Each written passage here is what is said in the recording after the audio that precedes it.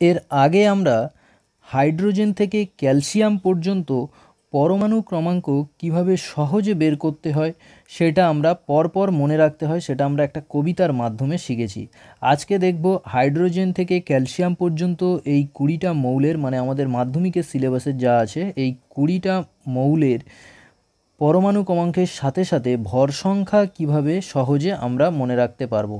দেখো, আমাদের যে পরমাণুর গঠন অধ্যায় আছে ক্লাস 9-এর, সেই পরমাণুর গঠন অধ্যায়ের কিন্তু এই ভর সংখ্যাটা দেয়া নেই।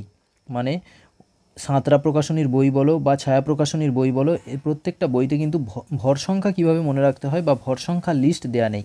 তো তাই এই ভিডিওটা তোমরা অবশ্যই দেখবে এবং খুব ভালো করে যে জায়গায় ব্যতিক্রম নিয়ম আছে সেইটাও ফলো করবে, তা না হলে কিন্তু রুলস কাজ করবে না। তাই কিভাবে সহজে ভর সংখ্যাটা মনে রাখবে তার জন্য আজকের এই ভিডিওটা।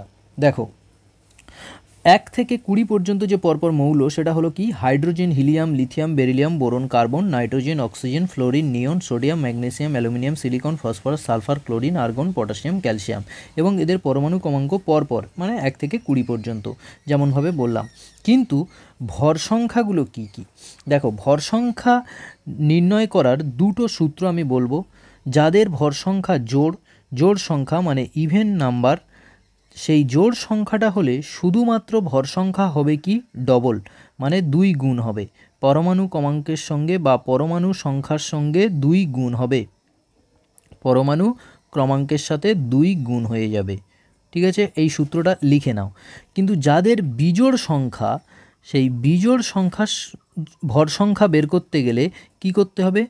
2 ইন্টু পরমাণু ক্রমাঙ্ক প্লাস 1, মানে ডবল করে 1 যোগ করতে হবে। দেখো, যখন আমি করব তখন বিষয়টা অনেকটা ইজি হয়ে যাবে। দেখো, হাইড্রোজেনের, এবার দেখো একটা সবুজ বক্সে এখানে লেখা আছে hydrogen, beryllium, nitrogen, chlorine, argon, 5টা মৌল লেখা আছে। এই 5টা মৌল কিসের জন্য লেখা আছে? এগুলো ব্যতিক্রম, মানে এই রুলস ফলো করে না। এগুলোকে তোমাদের একটু আলাদা করে মনে রাখতে হবে, এই জোড় বিজোড়ের রুলস ফলো করে না। তো প্রথম যেটা মনে রাখবে সেটা কি? একদম হাইড্রোজেনটা মনে রাখতে হচ্ছে, যা হাইড্রোজেনের ভর সংখ্যা হলো 1, মানে এটা হলো পরমাণু ক্রমাঙ্ক, যেটা লাল কালারের লেখা আছে পরমাণু ক্রমাঙ্ক। আর এই সবুজ লাইনটা ডান পাশে যেটা লিখবো এটা হলো কি? ভর সংখ্যা। ভর সংখ্যা। তো দেখো, হাইড্রোজেনের ভর সংখ্যা হচ্ছে 1, এইটা মনে রাখবে। হাইড্রোজেনের যেটা মনে রাখতে হবে আমি তার পাশে স্টার চিহ্ন দিয়ে দিচ্ছি, মানে যেটা ব্যতিক্রম। হাইড্রোজেনের ভর সংখ্যা হলো 1। এবার দেখো, হিলিয়ামের পরমাণু ক্রমাঙ্ক কত? 2। তো যেহেতু 2 পরমাণু ক্রমাঙ্ক মানে হচ্ছে জোড় সংখ্যা, তাই ওটাকে শুধুমাত্র ডবল করে দিতে হবে। তাহলে ডবল করে দিলে কি হবে? 2 এর ডবল করে দিলে হয়ে যাবে 4। তাহলে এর ভর সংখ্যা হয়ে গেল 4। তাহলে হিলিয়ামের 4। তারপরে দেখো, হিলিয়ামের পরে লিথিয়ামের পরমাণু ক্রমাঙ্ক কত? পরমাণু ক্রমাঙ্ক হলো 3। 3 হচ্ছে বিজোড়। তো 3 যেহেতু বিজোড়, তাই বিজোড়ের রুলসটা ফলো করবে কি? ডবল করে 1 যোগ, মানে 3 এর ডবল, মানে 3 ইন্টু 2 প্লাস 1, মানে কত হলো? 6 প্লাস 1 মানে 7। তাহলে এর ভর সংখ্যা হবে 7। তারপরে দেখো বেরিলিয়াম। এইবার দেখো, বেরিলিয়ামের এখানে ব্যতিক্রম দেয়া আছে। তো বেরিলিয়ামের ভর সংখ্যাটা হলো 9। বেরিলিয়াম যেহেতু জোড় সংখ্যা, কিন্তু হওয়ার কথা ছিল কি? জোড় সংখ্যা মানে পরমাণু ক্রমাঙ্কের ডবল, মানে 8 হওয়ার কথা ছিল, কিন্তু বেরিলিয়ামের ভর সংখ্যাটা হচ্ছে 9। তো এইটা স্টার চিহ্ন দিয়ে দিলাম যেহেতু এটা ব্যতিক্রম। তারপরে দেখো বোরন বিজোড়, লিখে দাও। তাহলে বিজোড় মানে ডবল করে 1 যোগ, 5 2 10 প্লাস 1 মানে 11। তারপরে দেখো কার্বন 6 মানে তার ভর সংখ্যা কত হবে? ভর সংখ্যা হবে 6-এর ডবল, জোড় সংখ্যা মানে 12।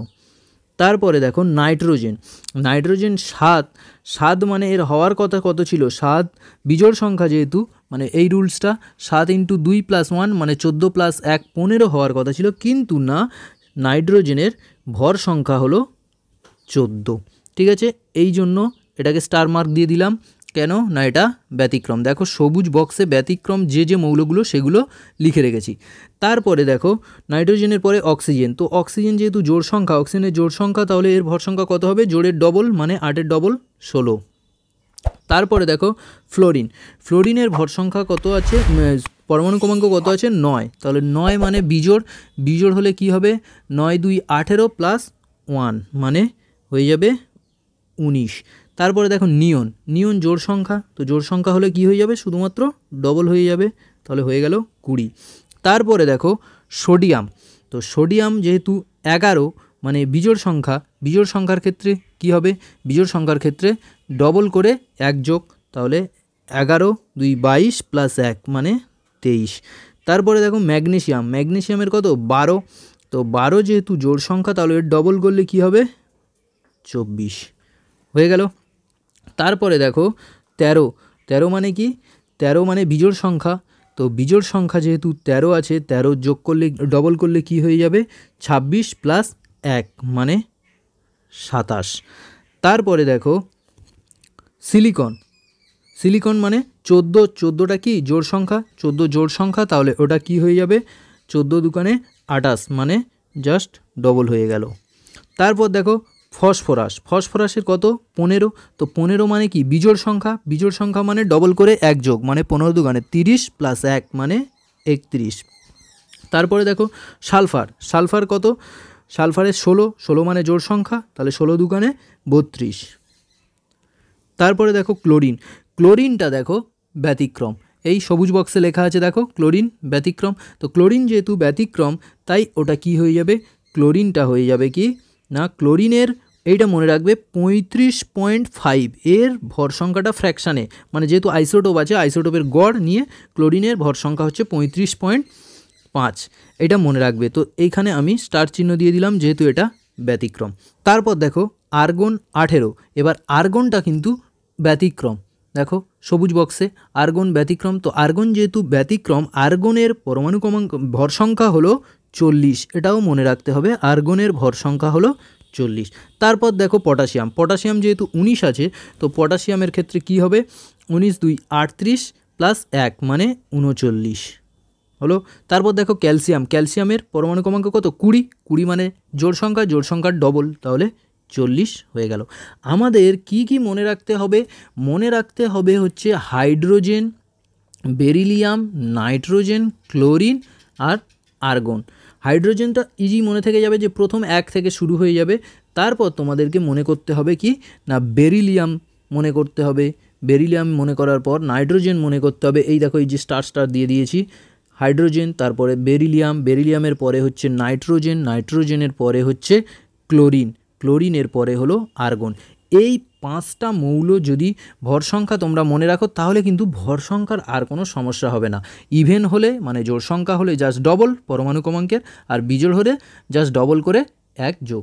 এই ভর সংখ্যাটা না জানলে কিন্তু আমরা অনেক কিছুতে পিছিয়ে পড়ব, ভর সংখ্যা না জানা থাকলে প্রোটন সংখ্যা, নিউটন সংখ্যা এইগুলো আমরা বের করতে পারবো না, বোঝা গেছে। আর যদি তোমরা বিভিন্ন ক্লাস রিলেটেড মক টেস্ট দিতে চাও তাহলে মক টেস্টের লিঙ্ক নিচে দেওয়া থাকবে, ওয়েবসাইটে লিঙ্ক দেওয়া থাকবে, সেই লিঙ্কে ক্লিক করে তোমরা দেখতে পারো। আর ফেসবুকে যদি ফলো করতে চাও তো সেই ফেসবুকের লিঙ্ক দেওয়া আছে infinite physics official, infinite physics official বলে সার্চ করলে ফেসবুকে তোমরা পেয়ে যাবে ফেসবুক পেজ, এবং ওয়েবসাইটের link infinite physics official.blogspot.com, www.infinitePhysics.official.blogspot.com, এই ওয়েবসাইটে লিঙ্ক দেওয়া থাকবে, তোমাদের এটা মনে রাখার দরকার নেই, নিচে লিঙ্কে ক্লিক করলে তোমরা ডাইরেক্ট রিডাইরেক্ট হয়ে